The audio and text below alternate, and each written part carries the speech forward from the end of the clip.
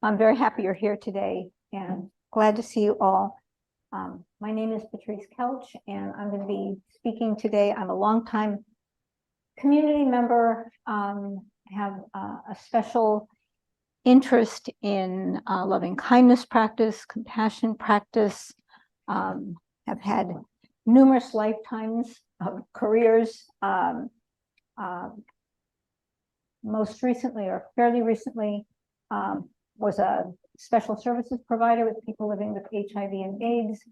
I've been a long-time instructor, religious resource volunteer for the Department of Corrections, teaching mindfulness at for incarcerated persons, and I'm going to be talking with you today about longing for belonging. But before we sing our song about the divine abodes, I want to do a land acknowledgement. Sorry, Patrice, the people online have a hard time hearing. The people online have a hard time hearing? Yeah. So, okay. So we're going to fiddle with this. I'll put my collar too, my turtleneck.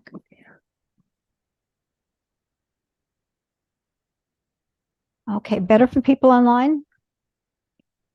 Yes, no? Okay, I see Alice nodding. Okay, great.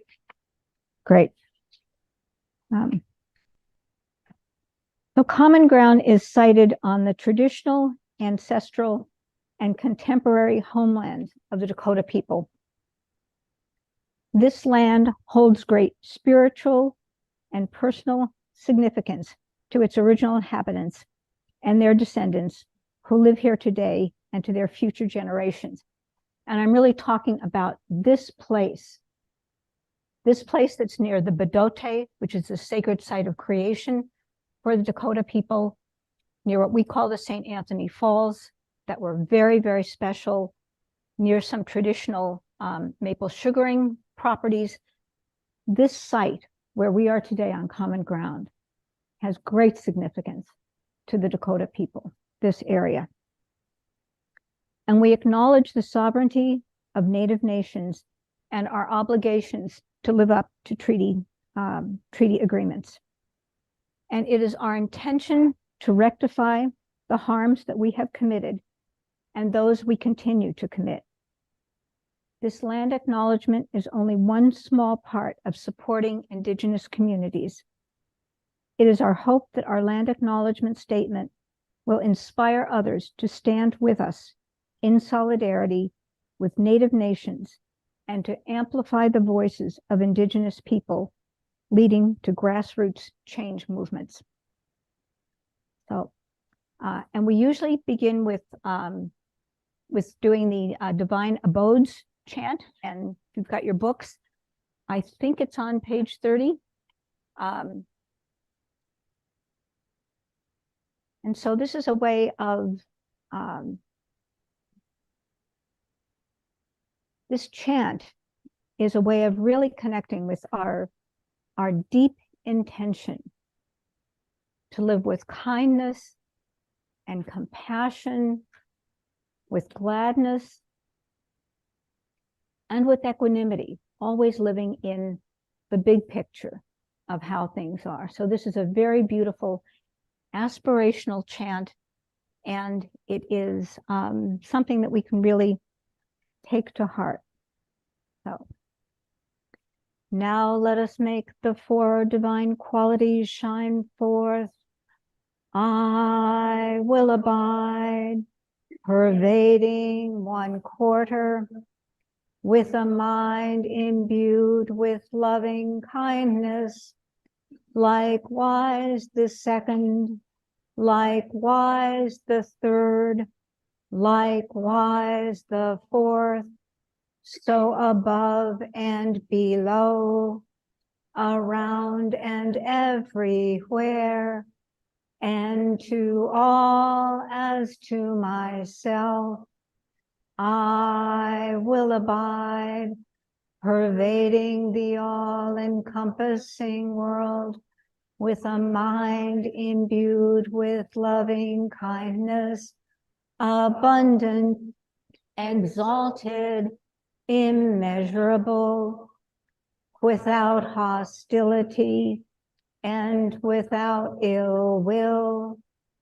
I will abide, pervading 1/4, with a mind imbued with compassion, likewise the second, likewise the third, likewise the fourth, so above and below, around and everywhere, and to all as to myself, I will abide, pervading the all-encompassing world, with a mind imbued with gladness, abundant, exalted, immeasurable, without hostility and without ill will.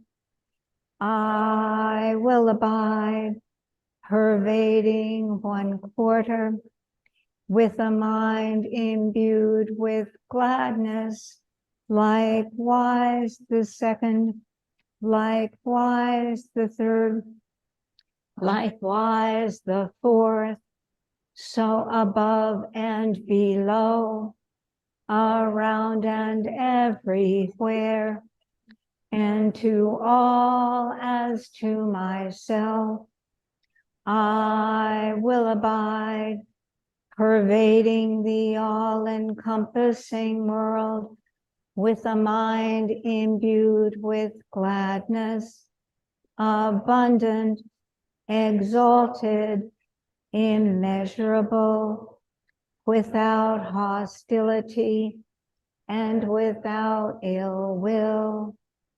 I will abide, pervading 1/4, with a mind imbued with equanimity, likewise the second, likewise the third, likewise the fourth, so above and below, around and everywhere, and to all as to myself, I will abide, pervading the all-encompassing world, with a mind imbued with equanimity, abundant, exalted, immeasurable, without hostility and without ill will.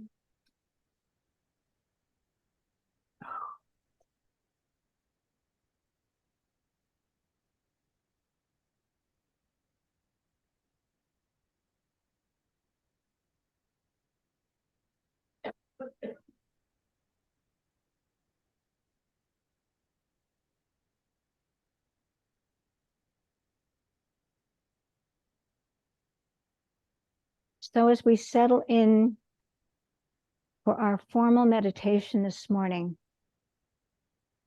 I would invite you to bring your whole self into the room. Not just the meditator, not just the spiritual speaker, but your whole self. Even those parts that you might not be so fond of. Every bit of you is welcome here.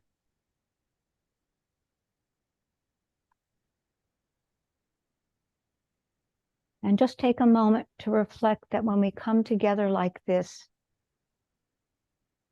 we give support to each other and we get support from each other. And just feel the goodness of our being together physically in this space or together virtually.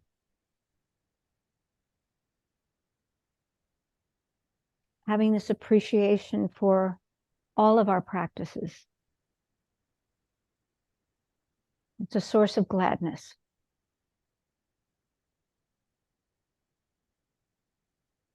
And as we practice mindfulness, which is being present to the present moment's experience, I encourage you to let go of any idea of what a good meditator is. Those sorts of fixed ideas sometimes have us striving in a way that is really unskillful.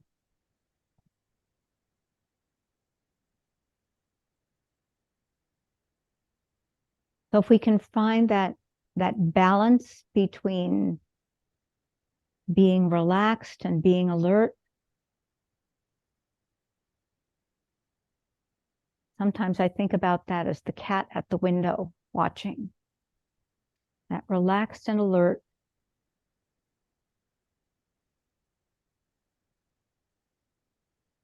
And see if we can have a receptive awareness of the present moment's experience.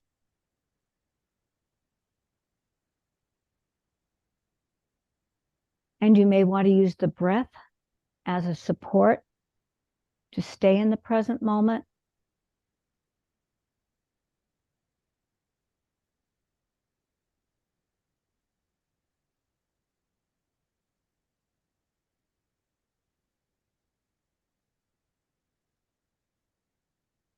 We're just being aware, mindfully aware of what's arising and what's passing away in this present moment.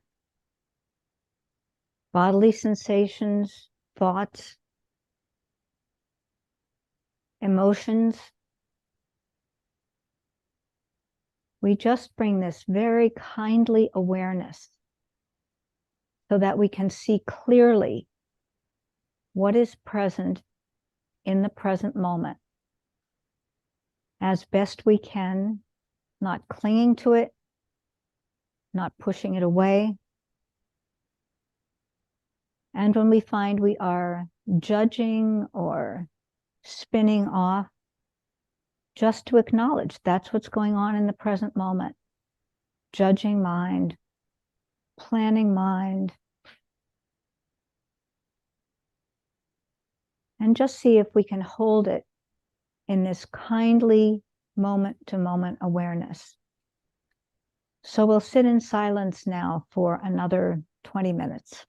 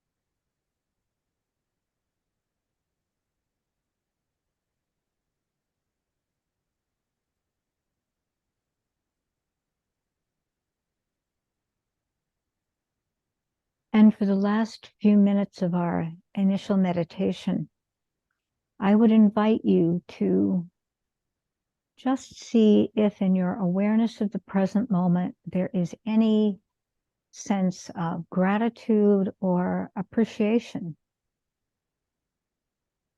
See if that's present in this present moment.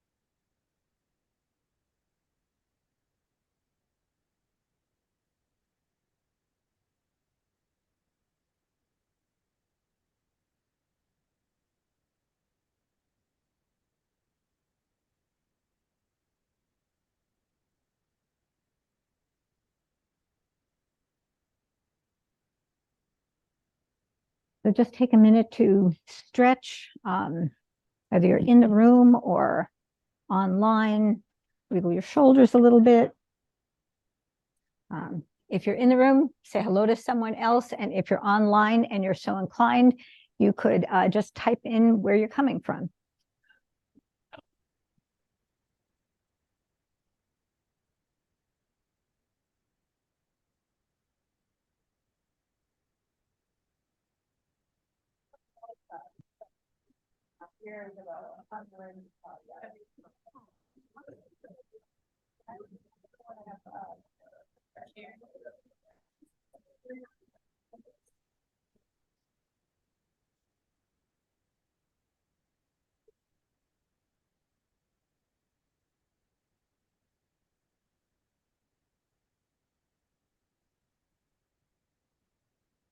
Welcome, everyone. Really, really glad that you are here today. And my topic is longing for belonging.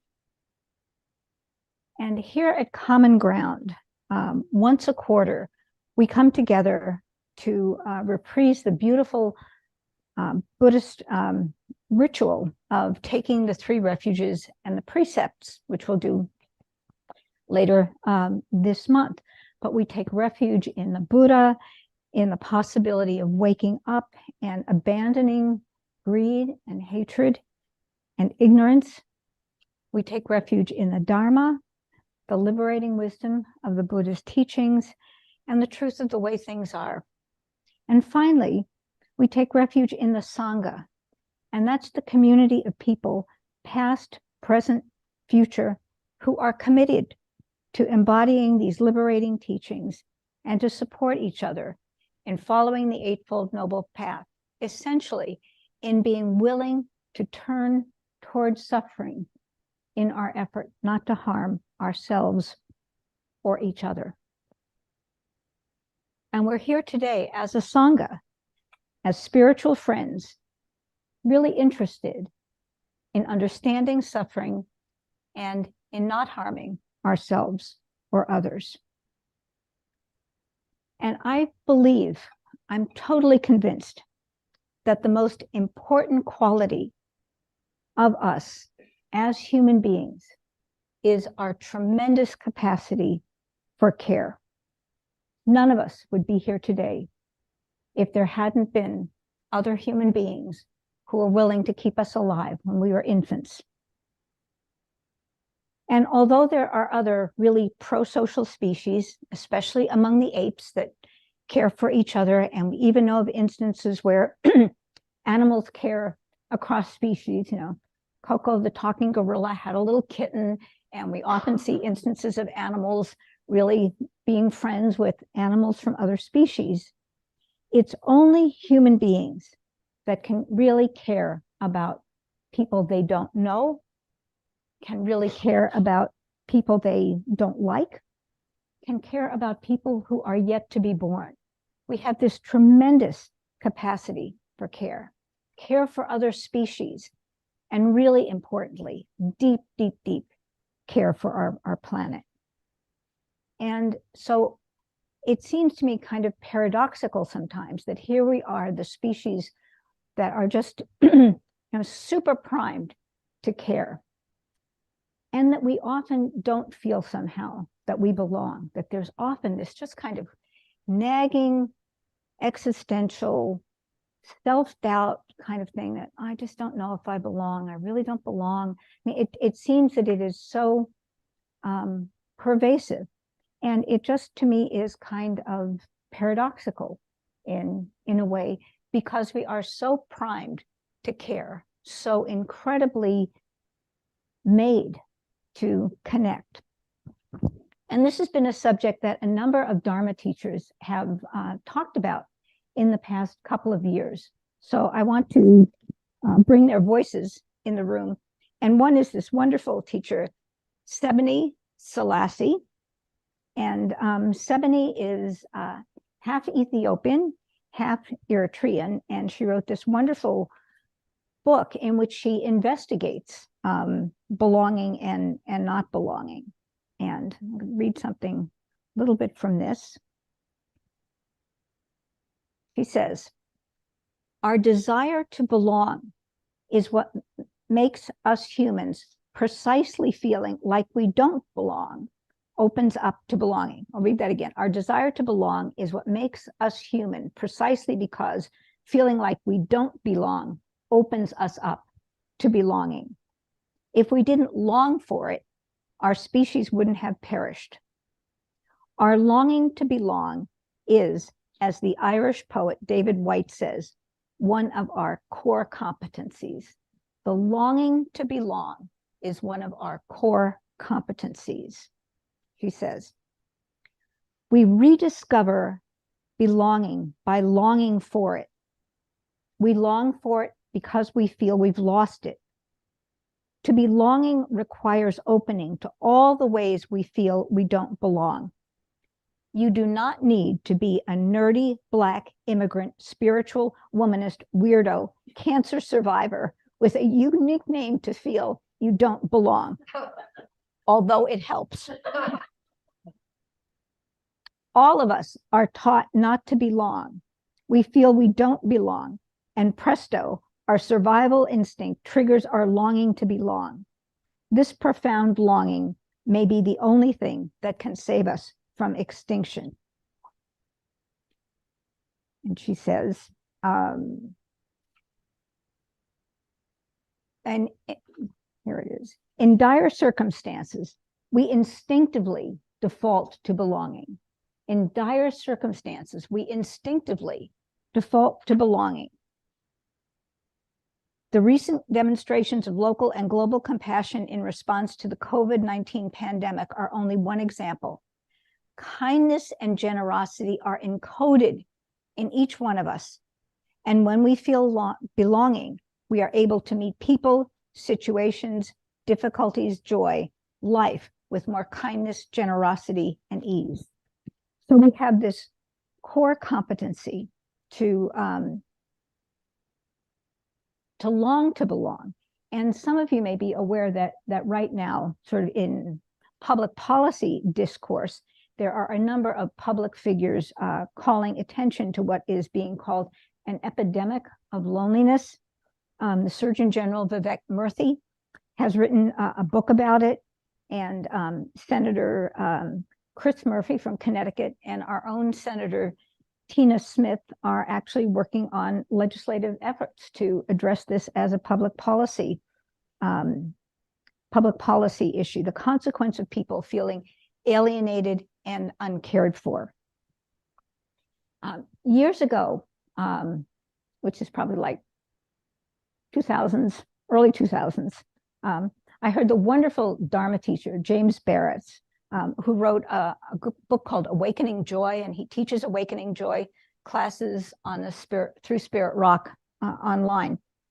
He talked about, he said he was little Jamie Barrett's from Queen. I was little Patty Koelsch from the Bronx.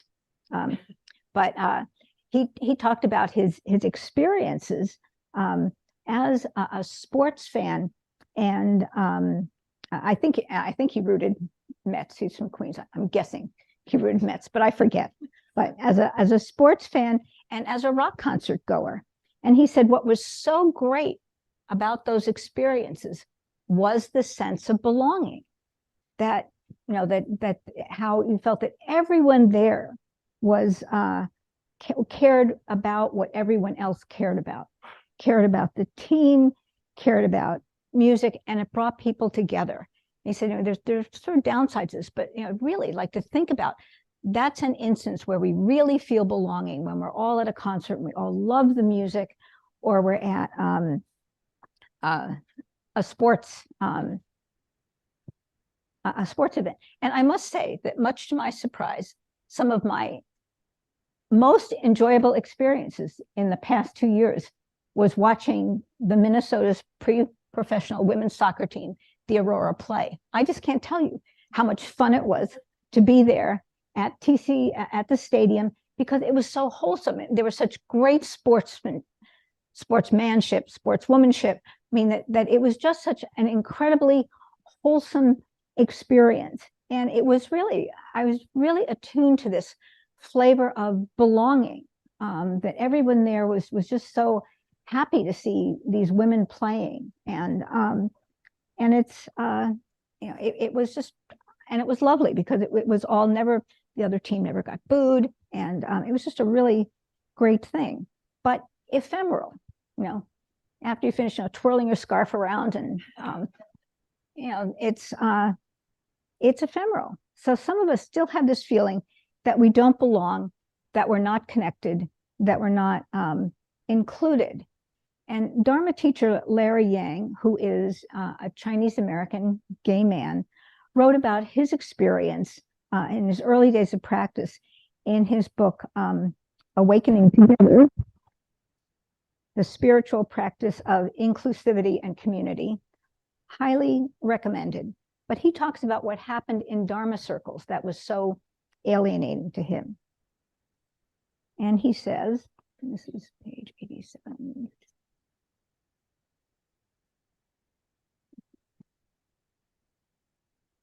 Larry says, like everyone, I wanted to hear the teachings and cultivate the wisdom that would allow me to be happier in life and to reduce suffering. What was most important to me was how the practices of mindfulness and meditation were relevant to what I was actually going through every day. And of course, I would imagine this to be true for most practitioners, regardless of the circumstances of their background, families of origin, or difficulties they have experienced. So it was challenging and painful to never hear mentioned such central examples of suffering in our modern world as racism, heterosexism, discrimination, or wealth disparity. The silence on these topics relevant for anyone who experiences marginalization in their personal or communal lives felt like a turning away from suffering instead of meeting it. It felt like the opposite of what Dharma teachings invite us to do. And this just seems to me to be so poignant because we are about turning toward suffering. That's the Buddha's first noble truth. There is suffering in this world, and we turn toward it. And it is, I believe, it is our mindfully turning toward suffering that our own as well as others that really supports connection. It is this turning toward suffering. Ruth King, who has been here in the past, who's a wonderful teacher, wrote Mindful of Race, Transforming Racism from the Inside Out. She says, racism is a heart disease. How we think and respond to it is at the core of racial suffering and racial healing. And she says, the best tool I know to transform from our relationship to racial suffering is mindfulness meditation. For more than 20 years, that practice has supported me in experiencing racial, can't read my own writing, racial distance without warring against it. And I think that this idea about being willing to turn toward the suffering in our lives, the suffering in our personal lives, the systemic suffering in our communal lives, is a really important part of understanding belonging, to really be aware of this, to not marginalize our own feelings, and to be willing to take in the, mindfully take in the enormous suffering around us. And that I think some of our sense of not belonging is really a matter of kind of defending ourselves against suffering, against getting close. Earlier this year, I read this quote from Brene Brown that really stopped me in my tracks. She says, because we can feel belonging only if we have the courage to share our most authentic selves with people, our sense of belonging can never be greater than our level of self-acceptance. I'll read that again. Because we can feel belonging only if we have the courage to share our most authentic selves with people, our sense of belonging can never be greater than our level of self-acceptance. Just take a minute to reflect on that. You know, at the very beginning of our meditation, I invited everyone here to bring their whole selves into the room. And how often we sort of show up even to ourselves only partially. That there's really a challenge in truly accepting our whole selves. And I believe that this is where the practice of metta and self-compassion really come in. I think those are the tools that we have in our repertoire of Buddhist practices that really, really increase this capacity to connect, first of all, with ourselves and then with others. When this loving kindness practice is taught, usually it's taught that we begin with ourselves. And people find this so challenging. And I've been teaching metta for years and years and years. It's my default practice. It's my favorite practice. And I just notice how sometimes I just blip through myself to get on to others. You know, that I don't really take that time to really connect with myself and my own suffering, because self-acceptance is the key to intimacy. Compassion for our own vulnerability, for our own humiliations, for what seem to us to be our own inadequacies. When we can really accept and have compassion for that, then we are most able to be authentic with other people. It doesn't mean that we have to share everything with other people, but because we are so connected to ourselves, to know ourselves so intimately, which may sound ironic, well, of course I know myself. Can we know ourselves that intimately to really accept all of whom we are? There's a meta phrase that I use a lot, which is, may I accept myself completely with great kindness, just as I am right now. May I accept myself completely with great kindness, just as I am right now. Because if I'm not able to accept where I am right now, there's no possibility of sort of moving forward or of spiritual development or of any sort of, I don't want to use the word progress, but if I can't accept who I am right now, if I can't know that, if I can't be mindfully present to that, how can I be mindful of anything else? I mean, it seems like that's really at the core, to really accept ourselves completely with kindness. This is who I am. This is what I've done. This is my history. I can't remember which teacher, many teachers say this, but sort of spiritual maturity is giving up all hope of a better past.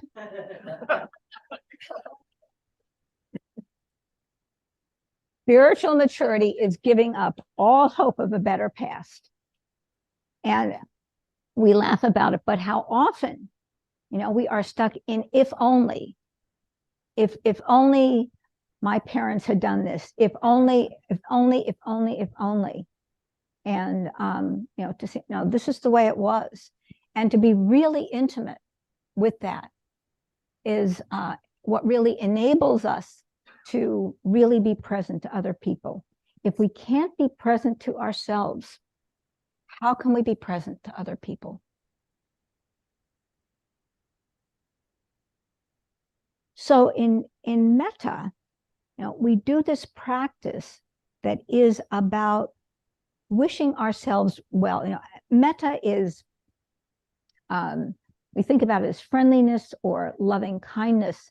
The goal of metta ultimately is to abandon ill will.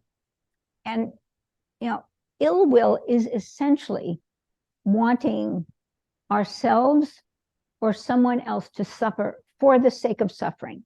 It has nothing to do with justice, but it's about that just really, and we all see this sort of schadenfreude in ourselves when we see that something bad happens to a politician we don't like. Okay, George Santos was expelled from the House of Representatives, and for many of us, yeah, but that's ill will. Instead of seeing this as a person who is engaged in just this sort of series of self-harming and other harming behavior, and just to have some compassion for that. It's not that he doesn't go to jail, but to just have, so what would it be like to be on that kind of treadmill where it was just kind of one act of self-sabotage after another, instead of that sort of smugness, well, how the mighty have fallen, or it's something that we all, I think, I should just speak for myself, but it's a tendency that metta really tries to root out, this sort of schadenfreude, taking pleasure in another's pain, in another's disgrace, in another's humiliation. So metta practice is really about trying to root out that impulse in us. And it's challenging because it's so fed by so many things in our culture to have this kind of snarky attitude. But when we practice metta, when we practice abandoning ill will toward ourselves, and probably most people here have recognized at some time in their life that they were engaged in a kind of self-sabotaging behavior or self-punishing behavior, not treating themselves very well. That metta is really the antidote to that. It is about, holding ourselves in this kindness, in this tenderness.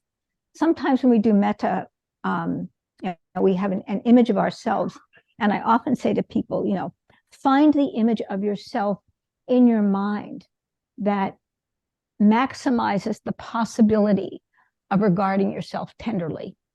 What's the image? For me, it's when I was 6 or 7 and had this school picture taken. My hair just stuck out. I had no front teeth, and it was just this kind of pathetic 7-year-old.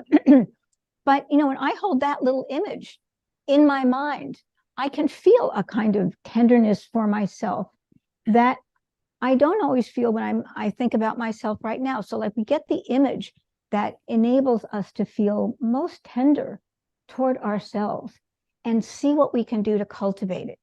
And it really is a cultivation. It's not like, well, you either have it or you don't have it. Metta is a practice of cultivation. It's a practice of nurturing whatever tender regard we have for ourselves. And if it's hard to have it in the present moment, you might think of times in the past when you could have used some support, some tender regard, and your, however old you are now goes back to your grade school self who was miserable, or probably your junior high self was the most miserable. But and having some tenderness toward that. And then we build from there. And we think about the people that we care about the most, that we admire the most, that we feel inspired by. And we connect to them in our aspiration. When we do metta, and they say, find the, usually called the benefactor, but the person who inspires us with kindness. Sometimes it's someone in your own life who was very kind, a teacher, grandparent, parent, someone who was very kind to you. But it can also be someone that you don't know, that I think about the Dalai Lama, Jane Goodall, a wonderful Buddhist philosopher named Joanna Macy, who has said, if she's 94, I think she's just about to turn 94.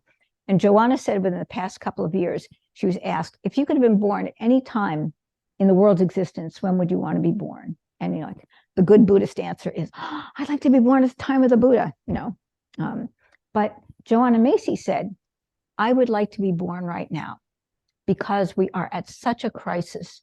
The planet is in such jeopardy. There is such a need for people to really express their love for the planet. This is the time I would like to be born because this is such a critical time. That just kind of took my breath away. And so, we can do metta, we connect with someone who sort of inspires us, but then we keep moving it out to the people that we know, and then the people that we don't know. We can do metta for categories. Like I often think all librarians, or people who work in public health, that we all, someone once told me, he had metta for like the mothers of rock stars and the mothers of guys who raced motorcycles. And I thought that was so imaginative. Metta can really engage our imagination, and we can feel, and we just cultivate. So we work with the folks who are easiest, and then we just keep sort of extending it. And I will say in my own life as an activist working on political issues, one issue for me is really not demonizing the opponents, and to really see the people who hold policies, who take actions, who do things that I think are extremely harmful, terrible things, but not to demonize them. Sometimes it's by having a little exercise, and I think, would I want to have a mind like that? Would I want to be like that? Would I want to be so, let's say, narcissistic like that? Would I want to be someone who never felt obligated to tell the truth? What would it be like to have a mind like that? And that really becomes a source of compassion. It becomes a way of connecting without demonizing. So these and self-compassion, where we really connect deeply with our own suffering, and we hold our suffering in this sort of kindness. Jack Kornfield has a wonderful compassion practice that is, and let's say if we do it for ourselves, may I be held in great compassion. May my pain and sorrow be eased. May I live with a wise and peaceful heart. And, you know, we can offer that to ourselves as well as others. Ruth King, whom I mentioned before, has a wonderful practice that she does when she has groups together. She has people kind of mull around the room, and they come up to each other and say, I am here because you are here. You are here because I am here. Our hearts are old friends. I am here because you are here. You are here because I am here. And our hearts are old friends. And just to take that in, that beautiful, beautiful connection. So seeing ourselves as belonging to each other in this lovely way, as part of each other. Thich Nhat Hanh, the great late Zen master, talked about this as interbeing. We recognize our interbeing. And certainly in Buddhist practice, we're always emphasizing our interdependence. So we can see ourselves really as belonging to each other in a way that is not acquisitive, but just beautifully responsive, that we belong to each other, we belong together, we belong to each other. And this, I believe, is especially crucial now as we are facing an environmental crisis, when we are knowing that there are more extreme conditions that are going to take place all over the globe. I mean, even here in Minnesota, where we've been sort of protected in a wonderful little geographic bubble, you know, this summer's experience of having the smoke from the wildfires, where it was really, you know, there were days when you wouldn't want to go out if you didn't have to. You know, we didn't walk the dogs. We, you know, all of it. And I thought, okay, this is the future. How am I getting ready for this future? And how am I working with my community to get ready for this future so that no one has to endure the worst of this? What are we doing? And as a community, we can think about it as a Sangha. What's going to be our Sangha response when there is disaster? When there is a sort of what two bioethicists said, that we are moving toward a marginally inhabitable planet. What is our duty in moving toward this? And it is something that's very Buddhist in talking about the eco-crisis. Mutuality, not abandoning each other, being present to each other, not turning away from the suffering. And that should be one of our deepest core values. That's the way we belong. is we don't turn away from the suffering, our own or others. So I want to end with a poem by Joanna Macy, and then we have a little bit of time for discussion. But this has been, as I mentioned, Joanna Macy is this amazing Buddhist scholar, environmental activist. She's been active since Chernobyl. Before that, she actually, for a time, worked for the CIA in Berlin in the 60s. She's a scholar. She's a translator of Rilke, and just this amazing, amazing activist. And this has been my go-to poem for about a year. And she says, when you act on behalf of something greater than yourself, you begin to feel it acting through you with a power that is greater than your own. This is grace. Today, as we take risks for something greater than our separate individual lives, we are feeling graced by other beings and by the earth itself. Those with whom and on whose behalf we act give us strength and eloquence and staying power we didn't know we had.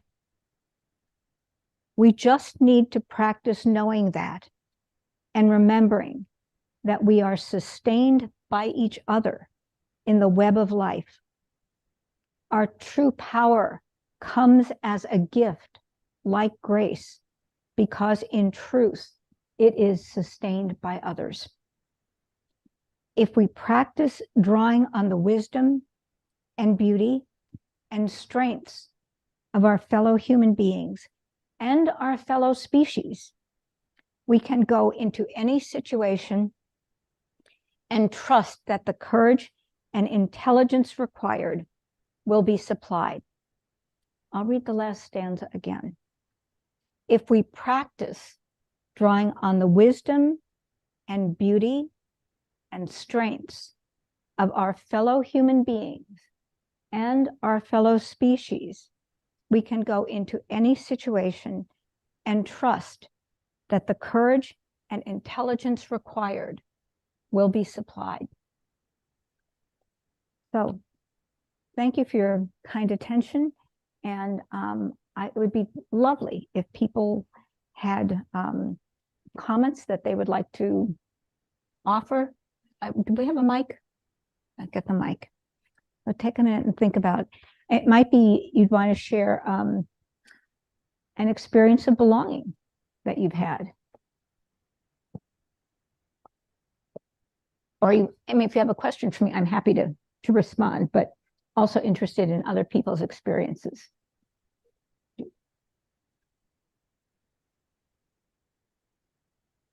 I have to repeat it for everyone? Okay.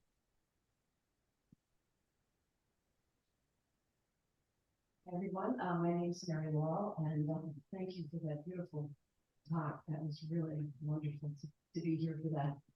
And I'm thinking a lot about what you're saying about getting really close to suffering. And I'm wondering, that's a hard thing to do. I think I spent a lot of my life trying to figure out how to deal with being really sensitive and having suffering, feeling that suffering. So what kinds of that last poem you read, I think was helpful. And I know this idea of belonging can help with that, but how do you really be with that suffering and survive sometimes, I guess, is the question. What can people do to be with that suffering and not suffer too much, I guess? Okay, so I'm going to repeat that for folks online. Mary's question was, what can we do to be with suffering, but be with suffering in a way that doesn't, completely undo ourselves in a way? How do we find the strength to be with suffering? It's great if we don't have to be with it alone. If we have friends that we can be with to share our experiences of suffering is sort of one response. But the other, I think we develop a capacity for being with suffering by using our imagination in part. And this is where I think that it is wonderful that we have novels and movies. I mean, there are all sorts of ways that we can develop our capacity for empathy and for being with suffering imaginatively by going to movies that challenge us, reading books that may be difficult, and that it just enlarges our capacity. I talked about that notion of cultivating meta. I think we cultivate our capacity to turn toward suffering in part by our willingness to imaginatively engage with it, so that when we engage with it in real life, we are better prepared. I would also say that another part of that is to really cultivate the joy in our own lives, and to recommendation in the summer, go to an Aurora's women's soccer game.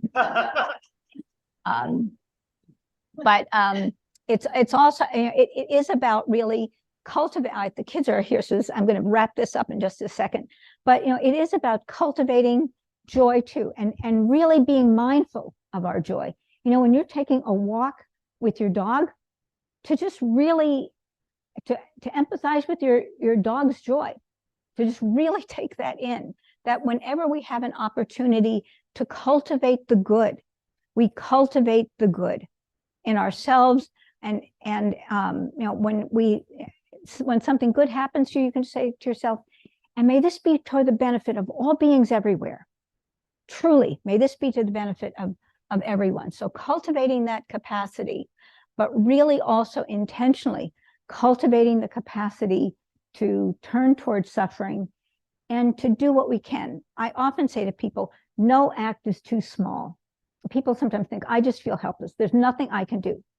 That's almost never the case. There is always something you can do that is small, and you will be amazed that doing that small thing really helps. So thank you all again, and here are the children.